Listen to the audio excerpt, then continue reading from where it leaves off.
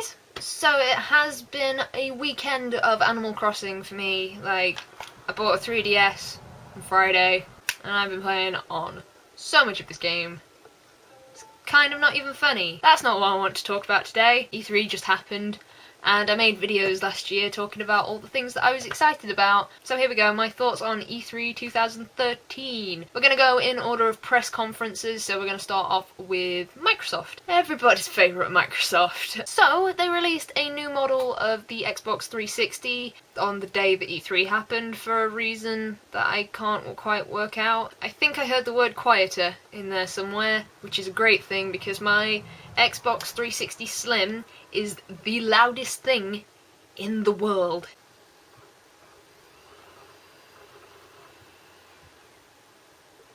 The problem with it is it sort of vibrates through my desk through the floor so that when people are downstairs I'm not actually allowed to play on it because they can hear it over the TV, which is ridiculous. But that's the thing. Thanks, Xbox. What is the point of them releasing a new Xbox 360? I personally do not see the point to it, considering they are supposed to be selling the Xbox One as the one box that you have that does everything apart from play your Xbox 360 games and everything you've bought on the arcade market thing. I at this point am just feeling like the Xbox One is something to sell more 360s, and I don't know why. There was some good news that they gave us. Xbox Gold users, you now get some free games like Assassin's Creed 2 and Halo 3. You could probably pick up those games now for about £7 for both of them. I think in the future this could be a good thing for Xbox Gold users because you don't really get a whole lot from, you know, being a member of Xbox Gold. I had it for a year. I haven't had it for a year now, and I haven't missed it one tiny bit. I barely use my Xbox now. I think this will be great in the future if they implement more games into it. At the minute I only know of Assassin's Creed 1 and Halo 3 being the games that you can choose from, which you would already have by now if you wanted them because these games are 6 years old. Are you serious? Anyway, they showed off this game called Rise, which was this Roman warrior thing, and it looked really cool at first, and I was really impressed as these Roman warriors sort of marched down the thing towards the place that they were going to, and they were in formation, and that looked really cool. And then fighting started, and it was like quick time events out of your face. There were so many quick time events. Why? Anyway, I don't really care about Forza games, but I did want to point out that they used the word drivatar, and drivatar is apparently now a thing. So, yep. You're welcome, people who didn't watch that. Then came the indie section of... Sorry, I can't take this seriously. Then came the indie section of the conference, which was just them talking about how awesome Minecraft is and how you should have Minecraft and how you're going to have to re-buy it for the Xbox One even though you already have it on Xbox 360, which is freaking stupid. And that was the indie section over. So I do want to point you towards a tweet from a friend of mine called Richard Perrin, who made the game Cairo, if some of you are familiar with that. He tweeted out just after the indie section of, wow, of the conference, he tweeted out, "So, how did Microsoft's attempt to say they support indies come across as even more insulting than when they were ignoring us? Good job, Microsoft." One thing I will give them that I do think they have right is the fact that you can stream on your Xbox One through Twitch, which is infinitely better than PlayStation 4 and streaming through Ustream. Ustream sucks. Twitch is very good. I like Twitch, I don't like Ustream. Just my opinion. So the next thing would be Dead Rising 3. The gritty, realistic, hardcore sequel to the infinitely more goofy and silly prequels Dead Rising 1 and 2. And I guess the off-the-record games as well. I'm gonna say this now, I wasn't the biggest fan of Dead Rising. I didn't think Dead Rising 1 was very good. I tried Dead Rising 2 and I just thought the controls were clunky. The only character I really liked was that one clown dude that was voiced by Brad Swale, and that was just because, hey, he was voiced by Brad Swale and I like Brad Swale a lot, Brad Swale. And also, I'm not gonna lie, Games for Windows Live sort of ruined my experience with it. I was so frustrated by the time I managed to get to play it. This is the opinion from someone who doesn't like Dead Rising that much and has only seen what they showed us in the conference of Dead Rising 3. it looks so different, and I can't understand why they're going in such a weirdly different direction. I can't, So many people I know love Dead Rising 1 and 2 because it was a bit different. It was quirky, it was funny. You could, if you wanted to, you could wear a dress and shoot fireworks out of a pony stick. It was ridiculous. But what happened with Dead Rising 3? Why is it so different? Why do you not just make a new IP at this point? Because people will still bloody buy it if you put zombies in it. Have we not figured this out already? Okay, just gonna mention this briefly. I think I might have been the only person on the planet to feel so bad for the Battlefield guy. It just seems so sad that he couldn't show you his game because the sound wasn't working, and it made me really, really sad. Nearly cried for that guy. I felt bad for him. People are horrible. But that's really all I want to say about Battlefield and Halo, for that matter, because I suck at FPS games and I don't need new FPS games to reinforce that fact. I know I suck. I don't need proof of that again. And next was the price reveal. Oh dear. I don't even think I was on the fence at this point. I think the Xbox One might be a good console in the future. Not right now, though. I don't think the world is ready for the Xbox One, especially not at the price point that they gave it. I think they've done a fucking terrible job of marketing this thing. But let's talk price. So, we're gonna do it all in dollars, so you can see how unfair it is to people outside of America. And I don't know what price it's gonna be in Australia, but I already feel bad for you Australians because I know it's gonna cost, like, the price of a car. In America, it's gonna cost $499.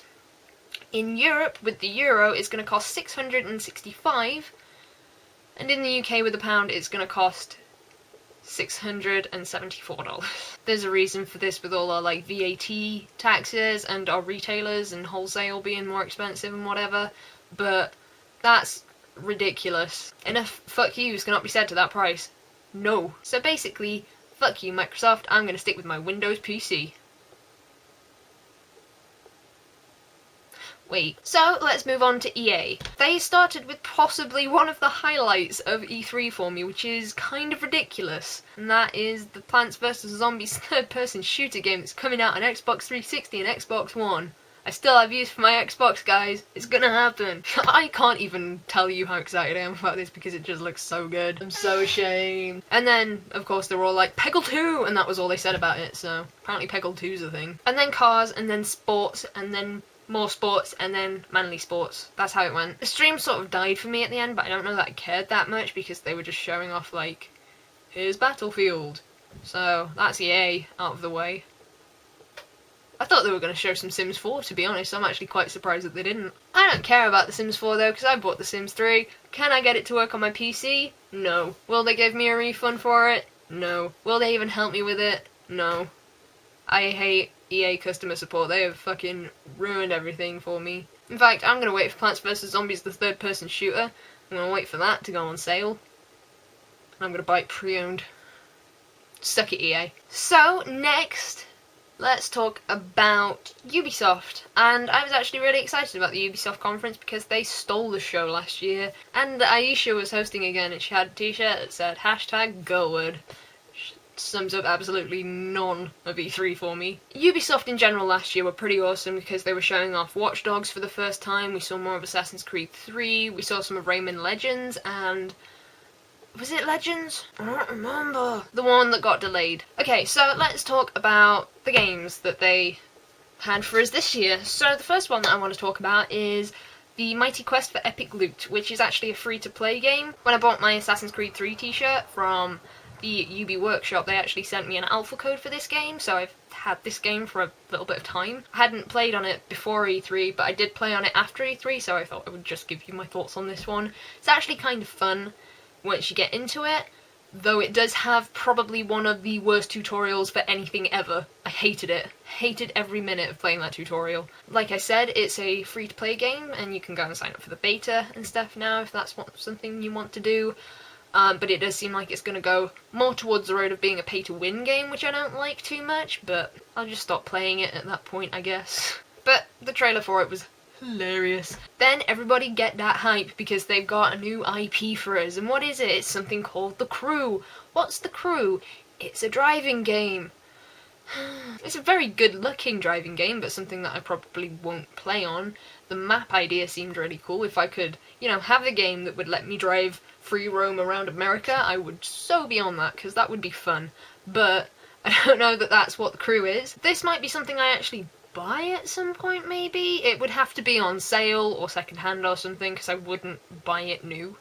I wouldn't pay the 40 quid for it, even though games are probably going to be 45 next time there's a new bloody console out. Remember when cartridges were a thing and they used to be like 60 quid each and no one used to complain? Anyway, so apparently the Rabbids from Raymond Raven Rabbids are getting their own TV show, which I'm actually, the more I think about it, the less surprised I am about it. I think Rabbids generally have a good appeal towards children. They're really goofy things, they don't speak English, they have this weird way of doing things, and they can dance. It makes a lot of sense for them to have a Nickelodeon show, but the people who are hating on it, it's probably not aimed towards you. If you are a journalist at the event, or if you are live tweeting the event, you are probably not a child, and therefore this is probably not aimed at you. Calm down. Let the kids enjoy something now and again. Jeez. Okay, so Assassin's Creed 4. It's not really a huge secret that I really like Assassin's Creed. So I was kind of hyped about seeing something new to do with this game. Still not got any real connection to Connor, which I'm actually kind of still disappointed about, but I'm slowly coming to understand that this isn't a game for Connor. Anyway, what we got at the press conference was actually a pre-rendered cinematic trailer, which I was really, really disappointed about. Before people start thinking about it, I know that there was gameplay at E3. We're not talking about that yet, we're going to talk about that later. People were literally foaming at the mouth for this thing. They were literally going crazy for this thing, and as soon as it happened, like, every Assassin's Creed fan ever just had the biggest orgasm. It was like collective orgasms all at once, and it was horrific to watch on Twitter. Don't get me wrong, it was a great trailer, really good use of music, which, by the way, was Sigur Rós. And Sigur Rós make me feel things no matter what's on screen. Put a Sigur Rós song in there, I'll be crying or something. I don't understand how people still get so excited about these pre-rendered trailers, because I'm going to be playing the game, I'm not going to be playing the trailer. Show me what I'm actually paying for, then I'll be more happy about it. Oh, do I want to pre-order this game? It's gonna happen the same thing that happened last year. Minecon's gonna happen at the same time as the game comes out, and then I'm gonna have to wait like 4 weeks to play the game because I'm busy. I'm maybe a bit bitter about the fact that PC has to wait another month. The last thing to talk about with Ubisoft is actually kind of a deja vu moment for me from the conference, which was the announcement of Tom Clancy's The Division, which looks so good. They did the thing that they did with Watch Dogs last year, which was they sort of did a 3-minute clip of the overview of the story with some really like fancy text graphics and stuff, and then they did like 8 minutes of gameplay. This really works. This works really well because it makes me more excited about things. It makes me feel like I'm more excited about things because they've given me an overview, they've given me some gameplay looks fun, blah. Anyway, let's talk about The Division. So, The Division is, and I'm gonna have to read this, The Division is an MMO third-person tactical shooter action RPG. It's fucking everything, man. It's everything you could possibly want in a game. This game has a post-apocalyptic vibe to it. Personally, for me, I'm sold. I'm so sold on this game. I really want to play on this game just because it's got the genre of post-apocalyptic, because it's my favourite thing ever. Apart from maybe zombies, I'm not too big into that side of it, but take my money, Ubisoft, give me Watch Dogs, give me The Division, and I shall be happy. It seriously blew me away, and it was the first time I'd actually been super excited about seeing something at E3 that wasn't Plants vs Zombies, which I was kind of ashamed of anyway.